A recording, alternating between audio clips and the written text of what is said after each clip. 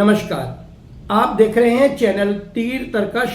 मैं घनश्याम बादल हाजिर हूं आपकी अदालत में एक नए गर्मा गर्म मुद्दे के साथ। मुख्य चुनाव आयुक्त ज्ञानेश कुमार ने पश्चिमी बंगाल, तमिलनाडु, केरल, असम और पुडुचेरी इन 5 राज्यों के विधानसभा चुनावों की तारीखें घोषित कर दी। इन 5 राज्यों में 9 अप्रैल से इनकी मतदान की प्रक्रिया शुरू हो जानी है।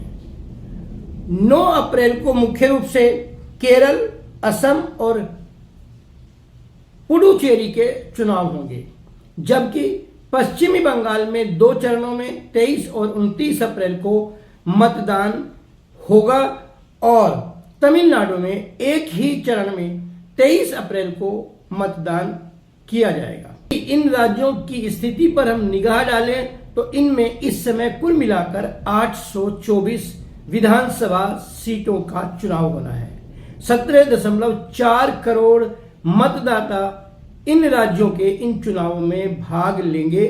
साथ ही साथ यदि हम देखें, मुख्य रूप से पश्चिमी बंगाल और तमिलनाडु के चुनाव खास तौर पर हॉट स्पॉट चुनाव होने जा रहे हैं।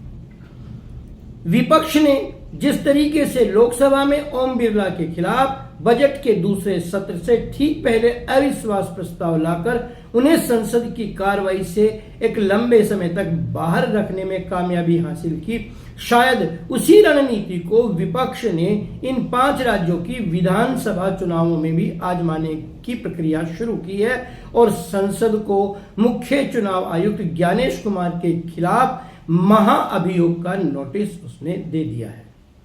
आपको ज्ञात होगा कि ओम बिरला ने अपने खिलाफ अविश्वास प्रस्ताव आने पर संसद की कार्रवाई में भाग भी नहीं लिया था। शायद नहीं बल्कि कह लीजिए रणनीति के तहत विपक्ष जिस तरीके से ज्ञानेश कुमार को पहले से ही घेरता आया है, वह चाहता है कि ये चुनाव मुख्य चुनाव आयुक्त ज्ञानेश कुमार के संचालन में, उनके नेतृत्व में आयोजित न हो।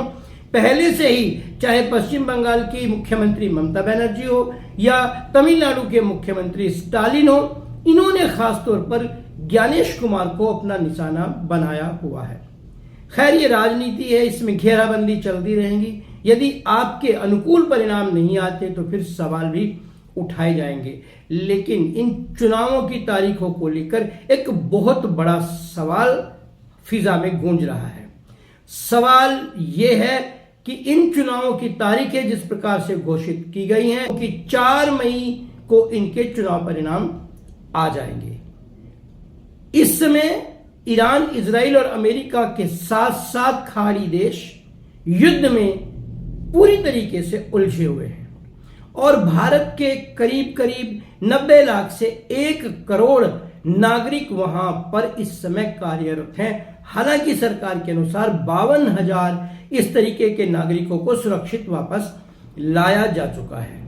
यदि युद्ध में फंसे होने की वजह से वे मतदाता इन चुनावों में भाग नहीं ले पाते हैं तो फिर इन चुनावों पर एक बड़ा निशान लगना तय है और ये मुद्दा राष्ट्रीय के बजाय अंतर्राष्ट्रीय भी हो सकता है। ये क्या होगा उन करीब 30 से 40 लाख मतदाताओं का जो बिना किसी कारण के अपना वोट देने से वंचित हो सकते हैं।